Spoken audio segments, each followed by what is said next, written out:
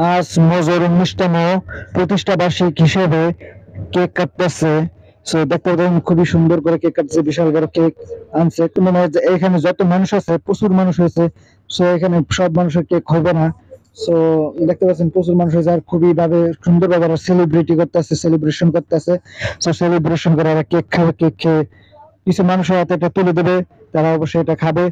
সবাই তো আর পাবে না, এখানে প্রচুর প্রচুর মানুষ হয়েছে। বর্তমানে বাংলাদেশিরা মজুর উপর অনেকটা ঝুঁকে পড়তেছে, যার জন্য মজু কোম্পানি বাংলাদেশের মানুষকে লুফে নিতেছে এমন ভাবে যে তারা দাম বাড়িয়ে চলতেছে। তো আমি বলবো যে দাম কমিয়ে দেন, দাম কমালে দেখবেন আপনাদের উপর আরো ঝুঁকবে। দাম বাড়ার মূল প্রেক্ষী হচ্ছে যে মজু ইসরায়েলের বিরুদ্ধে কাজ করছে, ফিলিস্তিনের পক্ষে কাজ করছে। ফিলিস্তিনিকে তারা মোটা অঙ্কের টাকা দিয়ে সহযোগিতা করছে মজুর পক্ষ থেকে। যে যে হিসেবে বাঙালি মুসলিমরা মজুকে অনেকটা সাপোর্ট করে যাচ্ছে আর ইসরায়েল পণ্যকে বয়কট করতেছে। আমরা যার যার জায়গা থেকে অবশ্যই ইসরায়েল পণ্য বয়কট করবো আর মুসলিম পণ্যকে আঁকড়ে ধরে বেঁচে থাকবো।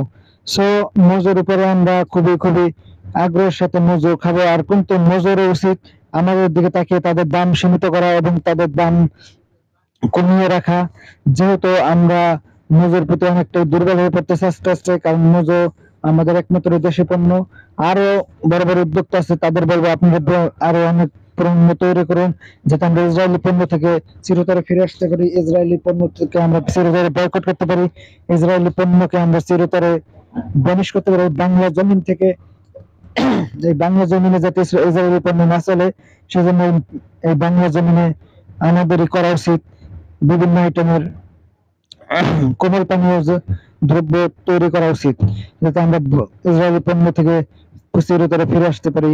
এই মজুর মতো আরো আরো পণ্য তৈরি করুন। আর মজুকে বিনীতভাবে অনুরোধ করবো যে আপনারা, যেহেতু আমরা আপনাদের প্রতি ঝুঁকে পড়তেছি, তাই আপনাদের দামকে সীমিত রাখুন, যাতে আমরা আপনাদের জিনিসের প্রতি আগ্রহের সাথে কিনে খেতে পারি। আর আর প্রচুর মানুষ হয়েছে এখানে দেখতে পাচ্ছেন এই মজুর এই সেলিব্রেশনে, অনেক অনেক মানুষ হয়েছে। আর আমি আছি ফারুক বলক বিডি।